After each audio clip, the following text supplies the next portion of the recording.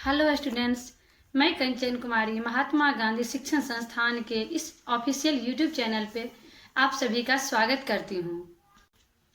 आज के इस नई वीडियो में क्लास 2 चैप्टर 2 चींटी और हाथी की कहानी है। तो हम लोग जाने चींटी और हाथी की कहानी। इस कहानी में हाथी और चींटी दो जीव होते हैं। हाथी घमंडी होते हैं, वो अपने से छोटे जीव को कोई महत्व ही नहीं देता है। अंत में जाकर इस कहानी में चींटी ही हाथी को सबक सिखाती है। तब हाथी को एहसास होता है कि नहीं, घमंड नहीं करना चाहिए, सभी से प्रेम और प्यार से रहना चाहिए, सभी पे दया और सबको सम्मान मिलना चाहिए। तो आइए अब हम ये कहानी शुरू करते हैं। आइए कहानी शुरू करते हैं। किसी जंगल में एक रानी चींटी रहती थी। वह सुबह भोजन की तलाश में निकल जाती थी। अन्य चींटियां भी उसके पीछे पीछे चल देती थी। बच्चों, किसी जंगल में एक चींटियों का समूह रहता है, जिसमें एक रानी चींटी नाम की मुख्य चींटी होती है, जो रानी चींटी के पीछे पीछे सभी चींटी चलती है। तो एक दिन क्या हुआ, रानी चींटी भोजन की खोज में निकल चलती है, तो उसके पीछे पीछे सभी चींटियां भी उसके पीछे पीछे चल देती है। उसी जंगल में एक हाथी रहता था। वह बहुत शरारती था। वह दिन भर इधर उधर घूमता रहता, पेड़ पौधों को तोड़ता, कभी अपनी सूंड में पानी भरकर लाता और जानवरों पर डाल देता। जंगल के जानवर उससे बहुत परेशान रहते थे। चींटियों का तो वह सबसे बड़ा दुश्मन था। जहां भी चींटियों को देखता कुचल देता। रानी चींटी यह देखकर बहुत दुखी होती थी। बच्चों, उसी जंगल में एक हाथी भी रहता था। वह बहुत शरारती था। वह दिन भर इधर उधर घूमता रहता था, सभी पेड़ पौधे को तोड़ता था, अपने सूंड में पानी भरकर लाता था और अन्य जीवों पर डालता रहता था। इससे जंगल के सभी जीव परेशान रहता था। और जानते हो बच्चों, वो चींटी का तो सबसे बड़ा दुश्मन था। चींटी को जैसे ही देखता वो अपने पैरों से कुचल डालता था। इससे सभी चींटी, उससे खास करके रानी चींटी बहुत दुखी रहती थी। एक दिन रानी चींटी हाथी से बोली, तुम दूसरों को बहुत तंग करते हो, यह अच्छी बात नहीं है। हाथी ने घमंड से कहा, चुप रहो, मेरी जो इच्छा होगी मैं वही करूंगा। तुम छोटी और कमजोर हो, ज्यादा बोलोगी तो तुम्हें भी कुचल दूंगा। तो बच्चों, एक दिन क्या होता है, रानी चींटी को ये बर्दाश्त नहीं हुआ। वो हाथी से जाकर बोली, तुम दूसरों जीव को जो तंग करते हो, ये तुम्हारी अच्छी बात नहीं हुई। तो हाथी घमंड में बोलता है, जो तुम चुप रहो, हमको जो मन होगा मैं वही करूंगा। तुम तो छोटी और कमजोर हो, ज्यादा बोलोगी ना तो तुमको भी मैं कुचल दूंगा। चींटी को क्रोध तो बहुत आया, पर वह चुप हो गई।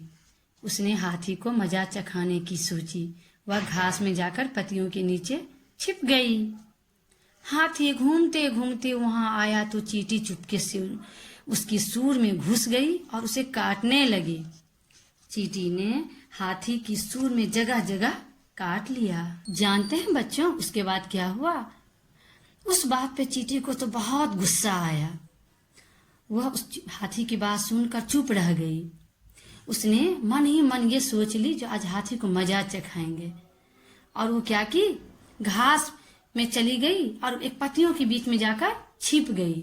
हाथी घूमते घूमते वहां आया तो क्या की, चींटी चुपके से उसके सूंड में जाकर घुस गई और सूंड में घुसकर उसे काटने लगी। और जब चींटी हाथी के सूंड में घुसी, सूंड में घुस के कई जगह उसे काट डाला। हाथी दर्द से चिल्लाने लगा। उसने सूंड को जोर जोर से हिलाया, पर चींटी बाहर नहीं निकली। वह सूंड में चिपक कर बैठ गई। हाथी बहुत परेशान हो उठा। हाथी रोने लगा। वह बोला, मुझे माफ कर दो, अब मैं किसी को परेशान नहीं करूंगा। जब चींटी ने हाथी को काटना शुरू कर दिया तो जानते हैं बच्चों, हाथी को दर्द होने लगा। वो जोर जोर से चिल्लाने लगा, अपने सूंड को बार बार इधर से उधर हिलाता। लेकिन चींटी भी कम थोड़े थी। वो जाकर उसके सूर में जाकर चिपक गई। कितना भी वो हिलाया डुलाया लेकिन चींटी बाहर नहीं निकली। वह सूर में चिपके बैठी हुई थी और हाथी परेशान हो रहा था। अंत में हाथी रोने लगा। वह बोला चींटी से, मुझे माफ कर दो, आज के बाद मैं किसी को परेशान या तंग नहीं करूंगा। चींटी दयालु थी। वह सूर से बाहर आ गई और हाथी से बोली, किसी को छोटा और कमजोर नहीं समझना चाहिए। हाथी को अपनी गलती का अनुभव हो गया था। उसने चींटी से माफी मांगी। फिर हाथी ने कहा, कभी भी किसी को नहीं सताया।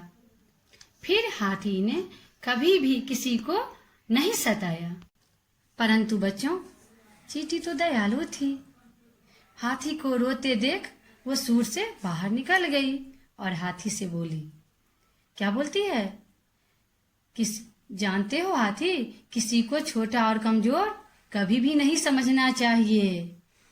तो हाथी को भी अपनी गलती का अनुभव हो गया और उसने चींटी से माफी मांगी और उसके बाद से जानते हो बच्चों, कभी भी वो किसी को नहीं सताया।